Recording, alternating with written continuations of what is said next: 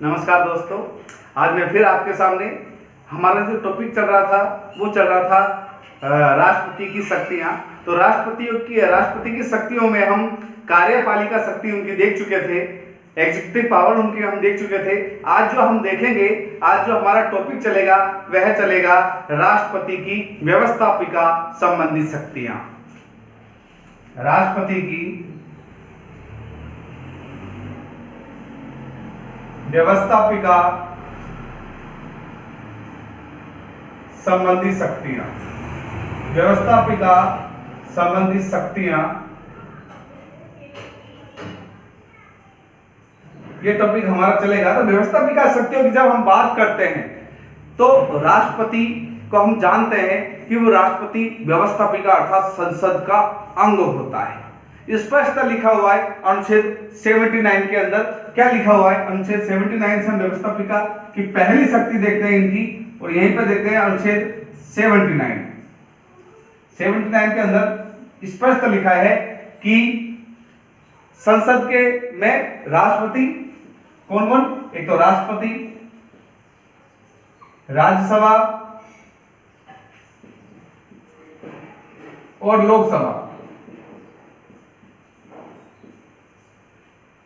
तीनों से मिलकर के किसका निर्माण होता है? संसद का निर्माण होता है। अर्थात संसद का निर्माण किन किनों से? राष्ट्रपति, राज्यसभा और लोकसभा, तीनों से मिलकर के किसका निर्माण हुआ है? संसद का निर्माण हुआ। तो हम कह सकते हैं व्यवस्थापिका शक्तियों में कि व्यवस्थापिका का अंग है हमारा राष्ट्रपति। राष्ट्रपति के बिना व्यवस्थापिका अधूरी है। राष्ट्रपति जब तक किसी विधेयक पर साइन नहीं करता वो विधेयक कानून बन ही नहीं सकता। हम स्पष्ट कह सकते हैं अनुच्छेद 79 ये कहता है कि संसद का राष्ट्रपति एक अंग है। इसके अलावा अगर हम बात करते हैं अनुच्छेद 99 की बात करें तो और क्या क्या काम करता है व्यवस्थापिका संबंधी शक्तियों में, तो हम अनुच्छेद 99 को ले सकते हैं। देखिए अनुच्छेद 99 इसमें क्या लिखा हुआ है? ये संसद के सदस्यों को शपथ दिलाता है। राष्ट्रपति क्या करता है? राष्ट्रपति संसद के सदस्यों को शपथ दिलाता है। अर्थात जितने भी सांसद होंगे उनको शपथ कौन दिलाएगा? राष्ट्रपति दिलाता है। या तो वो खुद दिलाता है या अपने द्वारा वो किसी व्यक्ति को अधिकृत करता है, उसके द्वारा अधिकृत व्यक्ति क्या दिलवाता है? शपथ दिलवाता है। लेकिन जो व्यवहार में है राष्ट्रपति क्या करता है? एक प्रोटेम स्पीकर नियुक्त करता है। क्या करता है? Pro tem speaker. ध्यान रखना, प्रोटेम स्पीकर नियुक्त करता है। क्या करता है वो अधिकृत व्यक्ति यही है।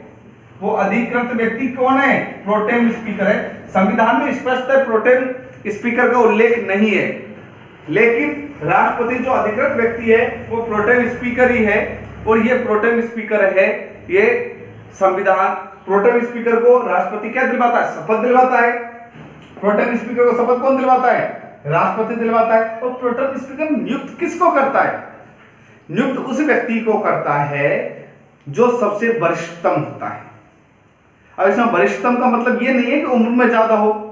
उम्र में ज्यादा होने का मतलब वरिष्ठतम नहीं होता है। यहां पर जो संसद की कार्रवाई में अधिक बार हिस्सा ले चुका है, अर्थात वो बहुत बार चुन करके आ चुका है। वो लोकसभा या राज्यसभा में सालों से वो चुन करके आया हुआ है, बार बार चुन करके वो आया हुआ है। वो क्या होता है?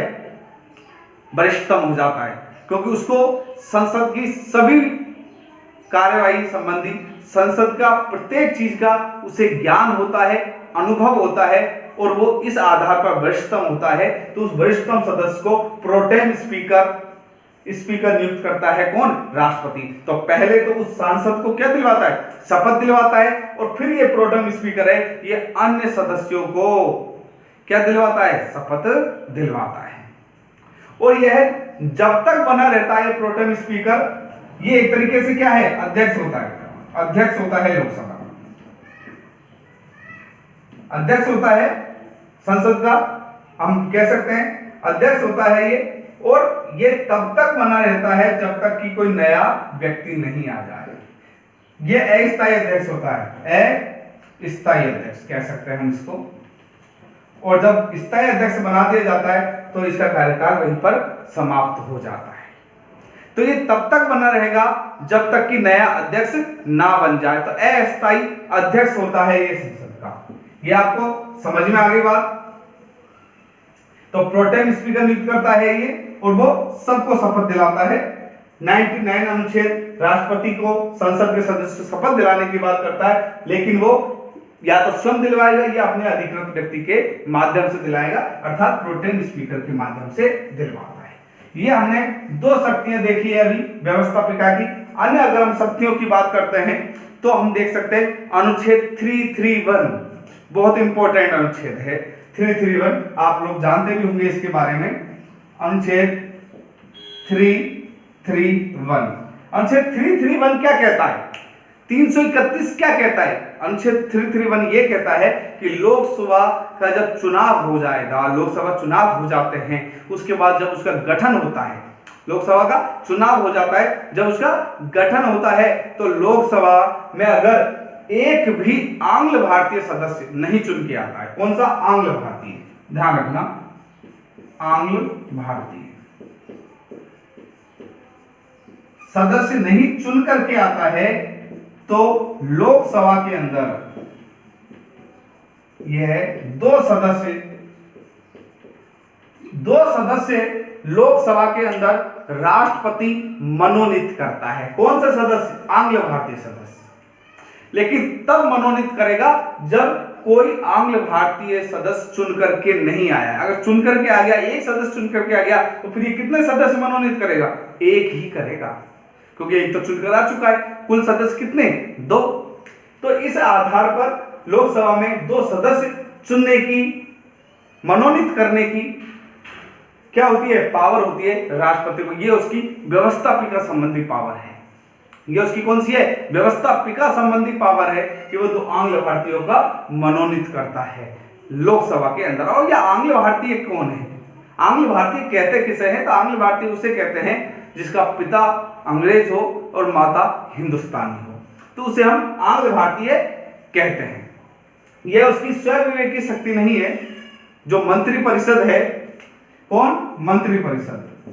मंत्री परिषद अर्थात केंद्रीय मंत्री परिषद राष्ट्रपति को सलाह देती है, नाम बताती है। उन व्यक्तियों को वो क्या मनोनीत करता है?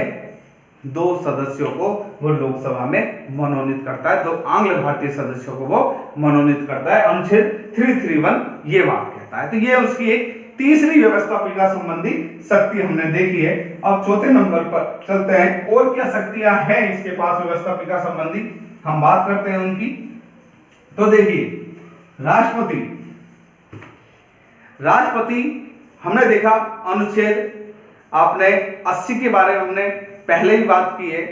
तो राष्ट्रपति राज्यसभा के अंदर अनुच्छेद 80 में लिखा हुआ है, स्पष्ट लिखा है कि राज्यसभा के अंदर जब हमने पहले ही इस पर हम बात कर चुके हैं, राज्यसभा के अंदर 12 सदस्यों की नियुक्ति, 12 सदस्यों को मनोनीत करता है। कितना? 12 सदस्यों को मनोनीत करता है।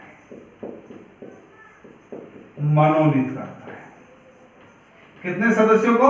12 सदस्यों को मनोनीत करता है। अनुच्छेद 80 ये बात कहता है। और ये सदस्य कहां से लिए जाएंगे? इनका कोई आधार होगा या नहीं होगा? तो बिल्कुल इनका आधार होगा। ये किन आधारों पर लिए जाएंगे? ये इंपॉर्टेंट प्रश्न बनता है, बहुत बार ये प्रश्न पूछा जा चुका है। तो इसके 4 आधार है, उन 4 आधारों पर ही इन 12 सदस्यों को मनोनीत किया जाता है। तो उनके 4 आधार कौन कौन से हैं? पहला है साहित्य। देखिए, साहित्य।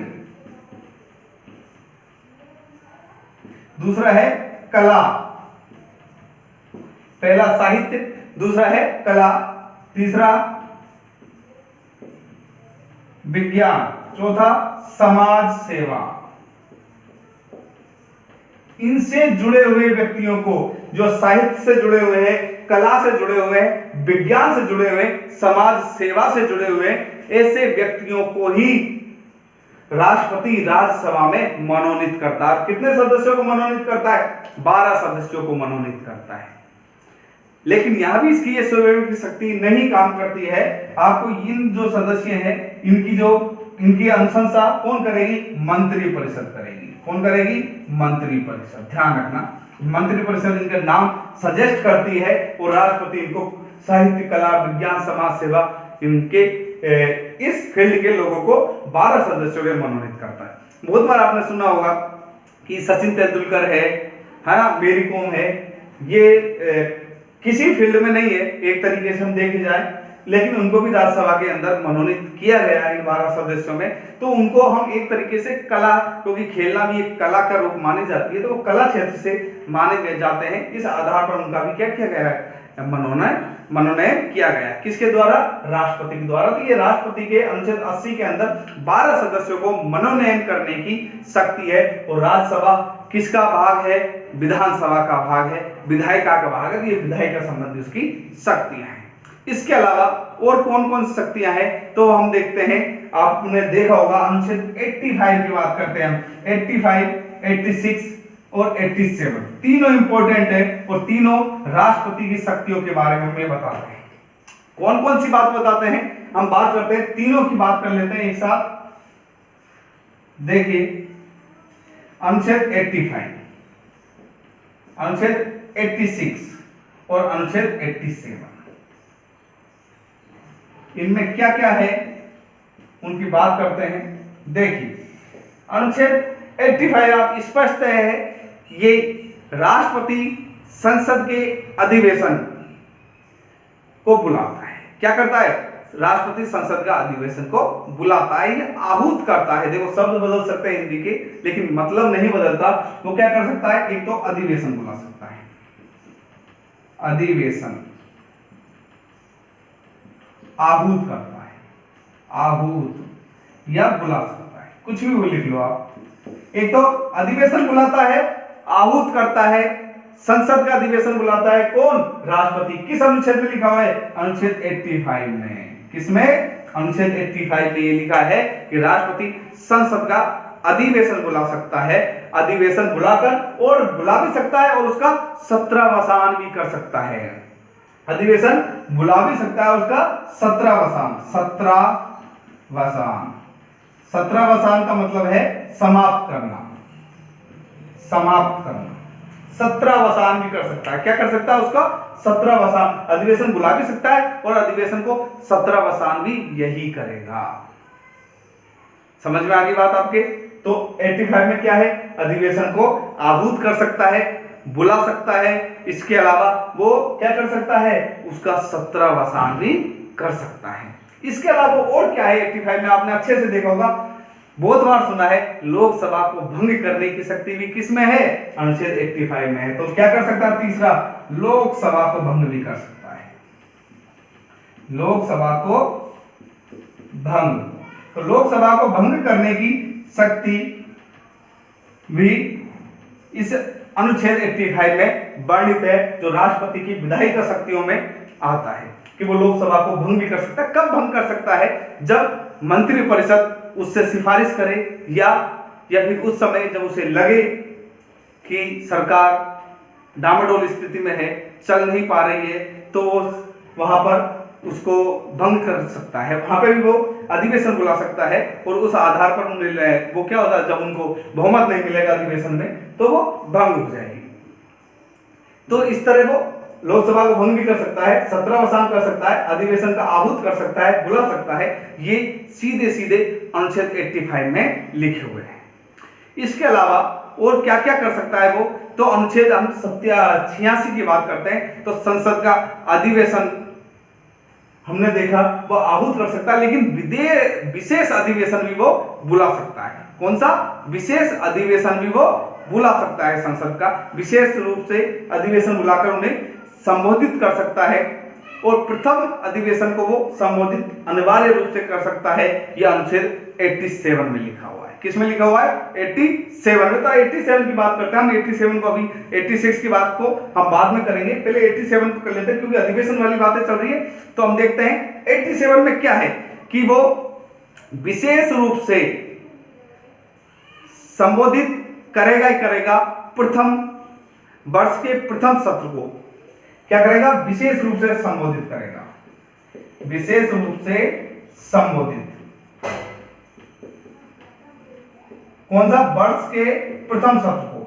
प्रथम सत्र का मतलब जानते हो 3 प्रकार के सत्र होते हैं।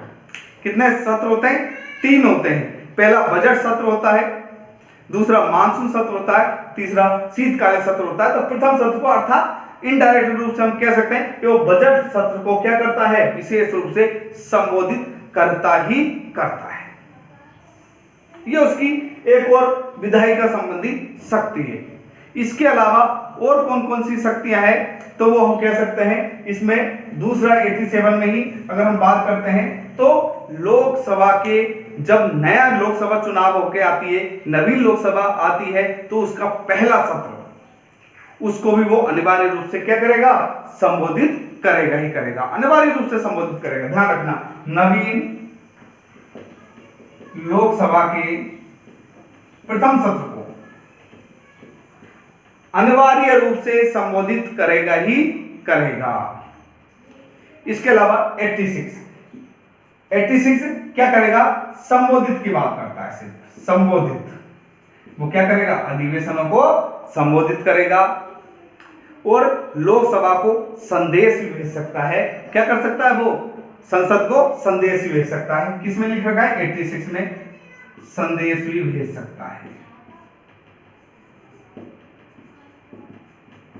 तीनों चीजें देखी हमने कि देखिए 85 में तो अधिवेशन को बुला सकता है, उसको समाप्त कर सकता है, लोकसभा को भंग कर सकता है। 86 में वो अधिवेशन को संबोधित करता है और संदेश भी भेज सकता है संसद को। लेकिन 87 ये कहता है कि वो विशेष रूप से प्रथम सत्र को तो संबोधित करेगा ही करेगा, अर्थात बजट सत्र को तो वो संबोधित करेगा ही करेगा। और अनिवार्य रूप से जब नवीन लोकसभा आती है, नई लोकसभा चुन करके आती है, तो उसके प्रथम सत्र को भी वो क्या करेगा, अनिवार्य रूप से संबोधित करेगा।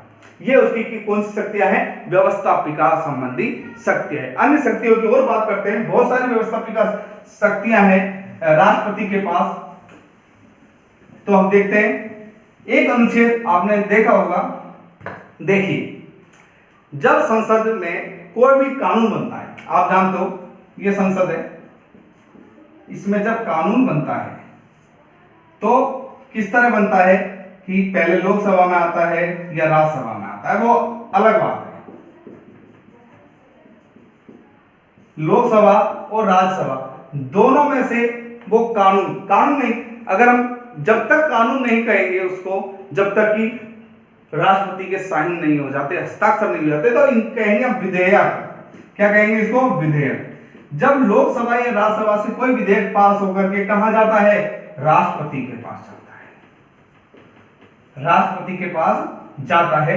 तो राष्ट्रपति इसको क्या करता है, साइन करता है, जब जाकर वो कानून बनता है। लेकिन मान लो अगर लोकसभा और राज्यसभा में कोई लोकसभा किसी कानून को पास कर दे, लेकिन राज्यसभा उस कानून को पास नहीं करे, क्या करे, कानून को पास नहीं करे, तो दोनों की संयुक्त बैठक बुला सकता है। संयुक्त बैठक बुला सकता है कौन, राष्ट्रपति। किस अनुच्छेद में लिखा हुआ है, अनुच्छेद 108, याद रखना, अनुच्छेद 108 इंपॉर्टेंट है। अनुच्छेद 108 किसकी बात करता है, संयुक्त अधिवेशन की बात करता है। अनुच्छेद 108 किसकी बात करता है, संयुक्त अधिवेशन की, संयुक्त अधिवेशन की बात करता है। कि अनुच्छेद 108 कि जब राज्यसभा और Lok Sabha, upper house and lower house, किसी विधेयक के संदर्भ में सहमत नहीं होते हैं, तो उनका संयुक्त अधिवेशन बुलाया सकता है कौन, राष्ट्रपति बुला सकता है। उनका संयुक्त अधिवेशन कौन बुला सकता है, राष्ट्रपति बुला सकता है। और वो अनुच्छेद 108 के तहत बुलाएगा। किसके तहत, अनुच्छेद 108 के तहत संयुक्त अधिवेशन वो बुलाएगा। ये भी उसकी एक व्यवस्थापिका शक्ति है कि कानून निर्माण में वो इस तरह सहयोग देता है। ये उसकी क्या है, व्यवस्थापिका संबंधी शक्तियों के अंदर आता है। और हम बात कर सकते हैं कि और कौन कौन सी ऐसी शक्तियां हैं जो राष्ट्रपति के पास है, व्यवस्थापिका संबंधित शक्तियों के अंदर वो आती है। तो इंपॉर्टेंट बात आपने अच्छे से जानते हो, अनुच्छेद 111। बिल्कुल देखिए अनुच्छेद 111 क्या कहता है। अनुच्छेद 111 ये कहता है कि संसद, हमने देखा अनुच्छेद 79 के तहत, इसमें देखा ना हमने अनुच्छेद 79 में बात की थी, संसद में का पार्ट होता है कौन, राष्ट्रपति, राज्यसभा और लोकसभा। ये किसके पार्ट होते हैं, संसद के। कौन सा अनुच्छेद बता रहा है हमको, अनुच्छेद 79 बताता है। 79 बताता है नहीं बताता। तो इसके तहत अनुच्छेद 111 क्या कहता है, 111 ये कहता है कि कानून निर्माण करना किसका काम है, संसद का काम है। तो अर्थात कानून निर्माण में संसद में कौन शामिल है, राष्ट्रपति शामिल है। अर्थात कानून निर्माण करना का काम किसका है, राष्ट्रपति का भी है। किसका है, राष्ट्रपति का भी है, क्योंकि संसद में कौन शामिल है, राष्ट्रपति। और कौन कह रहा है, हमसे 111 ये कहता है कि कानून निर्माण का कार्य किसका है, संसद का मुख्य कार्य क्या है, कानून निर्माण करना होता है। और इन विधेयकों पर कानून जब भी बन सकता है जब राज्यसभा लोकसभा से पास होकर वो कानून किसके पास विधेयक किसके पास जाता है, सॉरी कानून नहीं बोलना है, विधेयक किसके पास जाता है, राष्ट्रपति के पास। और जब राष्ट्रपति उस पर हस्ताक्षर कर देता है, राष्ट्रपति क्या कर देता है, हस्ताक्षर कर देता है, तो कानून बन जाता है। लेकिन राष्ट्रपति के पास कुछ शक्तियां हैं, यहां पर आप देख सकते हो, वीटो शक्ति की हम बात करते हैं, वीटो शक्ति की बात कर सकते हैं। यहां पर देखिए अब क्या है, 3-4 तरीके के वीटो होते हैं, हम 4 तरीके की वीटो की बात कर सकते हैं यहां पर। जैसे अगर हम बात करते हैं, एक होता है क्वालिफाइड वीटो। क्या होता है, क्वालिफाइड वीटो, है ना। एक होता है आपका सस्पेंशन वीटो। कौन सा, सस्पेंस वीटो होता है। एक तो क्वालिफाइड होता है, एक सस्पेंस वीटो होता है, एक जेबी वीटो होता है, जेबी वीटो। जो ज्ञानी जेल सिंह ने डाक कानून आया था हमारा, है ना, 1986 में, है ना, पोस्ट ऑफिस बिल आया था, उसके ऊपर जेबी वीटो लगाया था। तो सस्पेंशन भी होता है, जेबी वीटो होता है, क्वालिफाइड होता है ना। और एक होता है एब्सोल्यूट वीटो। क्या होता है, एब्सोल्यूट वीटो। तो हमारे जो भारत के राष्ट्रपति है उसके पास एब्सोल्यूट वीटो भी है और सस्पेंशन वीटो भी है, और इसके अलावा हमारे पास जेबी वीटो भी है। तीनों वीटो हमको प्राप्त है, लेकिन क्वालिफाइड वीटो हमको प्राप्त नहीं है। भारत के राष्ट्रपति को क्वालिफाइड वीटो प्राप्त नहीं है। अब देखिए क्या होता है, इन वीटो की बात करते हैं तो ये वीटो शक्तियां भी है जिसके आधार पर वो किसी भी कानून पर रोक भी लगा सकता है। सस्पेंशन वीटो की बात हम करते हैं।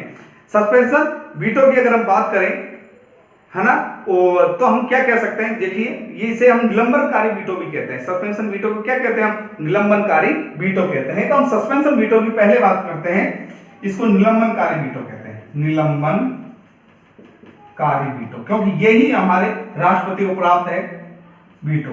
इसमें क्या है, राष्ट्रपति एक बार, कितनी बार, एक बार किसी विधेयक को क्या कर सकता है, संसद को लौटा सकता है। क्या कर सकता है, संसद को लौटा सकता है।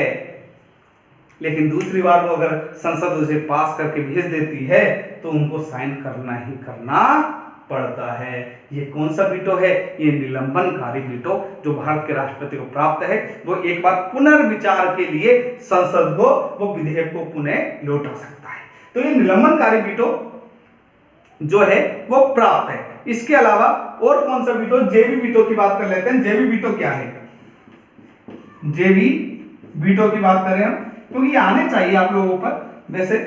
तो जेबी वीटो क्या है, जेबी वीटो के अंदर यह है कि ना तो राष्ट्रपति हां करे ना ही ना करे, क्योंकि यहां पर स्पष्ट है अनुच्छेद 111 में यह बात है कि कितने समय में राष्ट्रपति हस्ताक्षर करेगा, ये कोई निश्चित समय अवधि दे ही नहीं रखी है, संविधान में कोई निश्चित समय अवधि नहीं दे रखी है। तो राष्ट्रपति क्या करता है, यहाँ पर स्वविवेकी शक्ति के आधार पर वो उस विधेयक को रख लेता है अपने पास। वो ना तो हाँ करता है ना ही ना करता है, ना तो ना ही हाँ, अर्थात इजहार ही नहीं करता है, ना तो हाँ करता है ना करता है, अदर झूल में छोड़ देता है। ऐसी समस्या बहुत से लोगों के सामने आती है, ना हाँ ना वाली। तो वही वाली बात है, राष्ट्रपति के सामने भी ऐसी समस्या आती है। वो समस्या क्या, वो ना और हाँ दोनों ही नहीं करता है। तो ये वीटो क्या हो जाता है, वो अपनी जेब में डाल, इसको हम कहते हैं जेब में डाल लेना, मतलब उसको जेब में डाल लेना। और ऐसा कब हुआ, ज्ञानी जेल सिंह ने किया था ये, जब डाक विधेयक आया था, है ना, पोस्ट ऑफिस बिल आया था 1986 में। 1986 में ये बिल आया था। और इस बिल के अंदर क्या था कि जो डाकिया होता है वो किसी भी लिफाफे को खोल सकता है, ये बिल था। लेकिन ये एक तरीके से अनुच्छेद है, अगर हम बात करें हमारे मूल अधिकारों की बात करें, 21 की बात करें, जहां निजता का अधिकार हमें प्राप्त है, उस निजता के अधिकार को क्या करता है, ये निलंबित करता है एक तरीके से, कि हमारी निजता का मामला है कि हम लिफाफे में क्या भेज रहे हैं, तो ये देखने का अधिकार नहीं होना चाहिए। इस आधार पर, इसी चीज को आधार बनाकर जो इन्होंने क्या कर लिया था, इस पर न तो हाँ की स्वीकृति दी, ना ही ना की स्वीकृति की, और ये धीरे धीरे अपने आप रद्द हो गया। इसे कहते हैं हम जेबी वीटो। समझ में आ गया, इसे क्या कहते हैं हम, जेबी वीटो कहते हैं। ठीक है, जो हमारे यहाँ पर है, ये दो वीटो हमारे यहाँ पर है। इसके अलावा एक होता है क्वालिफाइड वीटो, जो हमारे यहाँ पर नहीं है, अन्य राष्ट्रपतियों को प्राप्त है। वहां पर क्या होता है कि राष्ट्रपति पुनः वो उसको लौटा देता है, और मतलब कोई बिल आया, बिल को राष्ट्रपति पुनः लौटा देता है। वो लौटा करके अगर संसद अपने दोनों सदनों में 2/3 बहुमत से, है ना, कुल संख्या के, उपस्थित नहीं, कुल संख्या के 2/3 बहुमत से उसको पास करके पुनः भेजती है, तब जाकर वो क्या करता है, उस पर साइन करता है, तब जाकर वो हस्ताक्षर करता है। ये है क्वालिफाइड वीटो, जो अपने यहाँ पर नहीं है। ध्यान रखना, अपने यहाँ पर क्वालिफाइड वीटो की बात नहीं है। एक आता है सब्स्टिट्यूट वीटो, है ना, उसकी अगर हम बात करते हैं तो वो है यहाँ पर, लेकिन वो इस तरीके से है कि जैसे मान लो एक लोकसभा खत्म होने वाली है, उस समय कोई बिल आया, लेकिन वो लोकसभा समाप्त हो गई, उसके बाद दूसरी लोकसभा चुन के आ गई, और वो लोकसभा की मंत्रिपरिषद, संसद, वो मंत्रिपरिषद ये कहे या संसद ये कहे कि राष्ट्रपति से अनुरोध करेगी अब इस कानून को पास नहीं मत कीजिए, तो राष्ट्रपति उस कानून के लिए मना कर सकता है। तो एक ये वाला भी वीटो प्राप्त है। लेकिन मेन बात करते हैं तो इन वीटो की बात करते हैं। तो ये वीटो संबंधित बातें हमने देखी। इसके अलावा और कौन से अधिकार हैं जो राष्ट्रपति की व्यवस्था पिका संबंधित शक्तियों के बारे में बात करते थे। एक इंपॉर्टेंट और सबसे इंपॉर्टेंट वो है संविधान। हाँ, एक बात और देख लेते हैं हम, अनुच्छेद 1 to 3 संविधान की अगर हम बात करें तो अनुच्छेद 1 to 3 में क्या दे रखा है, अध्यादेश जारी करने की 1 to 3। देखिए क्या है, अध्यादेश जारी करने का अधिकार। ये एक बड़ी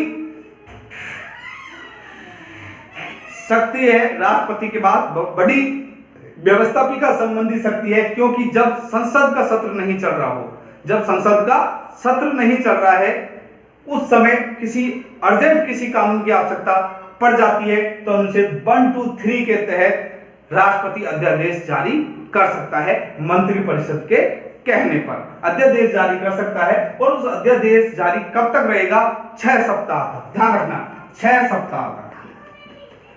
और 6 सप्ताह कब, जब उसका सत्र शुरू हो जाएगा, दोबारा सत्र शुरू हो जाएगा, उसके 6 सप्ताह के अंदर अंदर उसे अनुमति मिलनी चाहिए, नहीं तो वो रद्द हो जाता है। तो ये अध्यादेश जारी करने की शक्ति भी किसके पास है, राष्ट्रपति के पास है।